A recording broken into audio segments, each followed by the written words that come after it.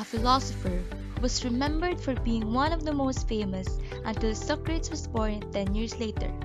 Apparently, he was unpopular in his time and was frequently scorned by biographers.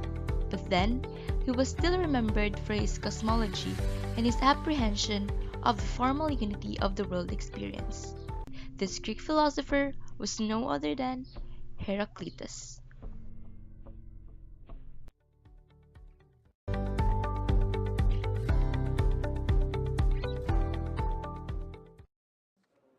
Heraclitus was born around 535 BCE in Ephesus, Asia Minor or modern-day Turkey, but he is still recognized as a Greek.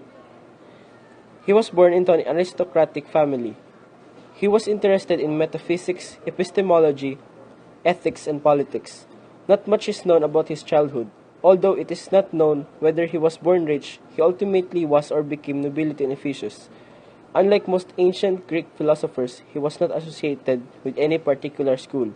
He died around 475 BCE. His death was unknown.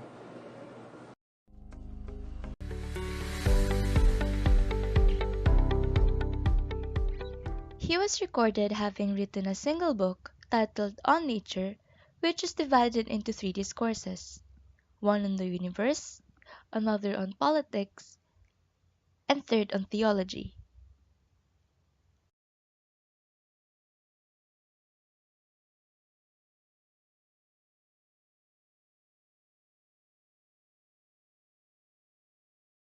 All parts that were left are fragmented, and many of them were contradictory.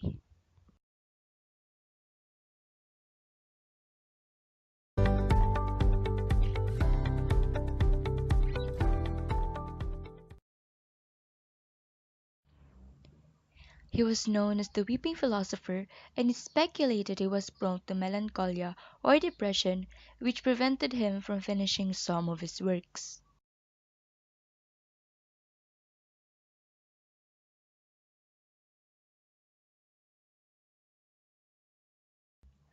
Because he was so obscure, one could find him brilliant or think he really said very little.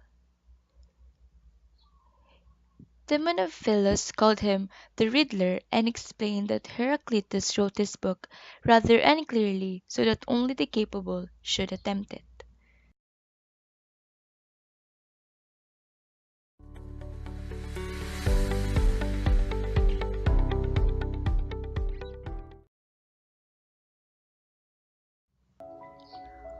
Logos is the underlying order of reason for things that happen.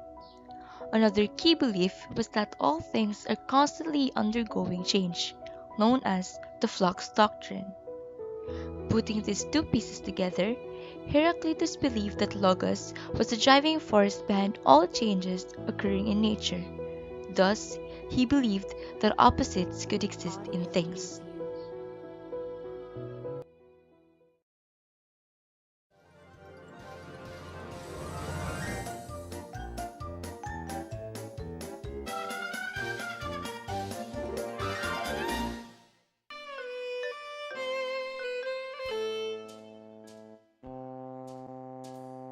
Dude, what on earth are you doing? Trying to step twice into the same river. Nonsense. Take a look at this egg.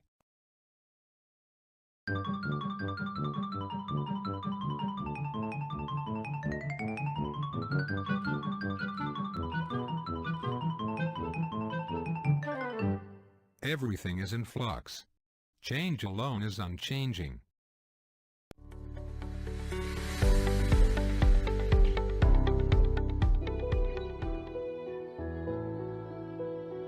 Either was spoken by Heraclitus or survived as a quotation of his. The philosophy of Heraclitus is summed up in this cryptic utterance: ever new water flows on those who step in the same rivers.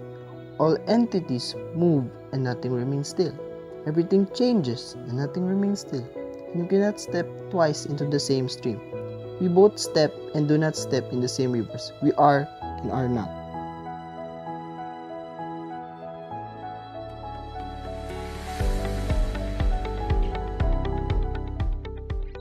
How can we relate Heraclitus' philosophy in our daily lives?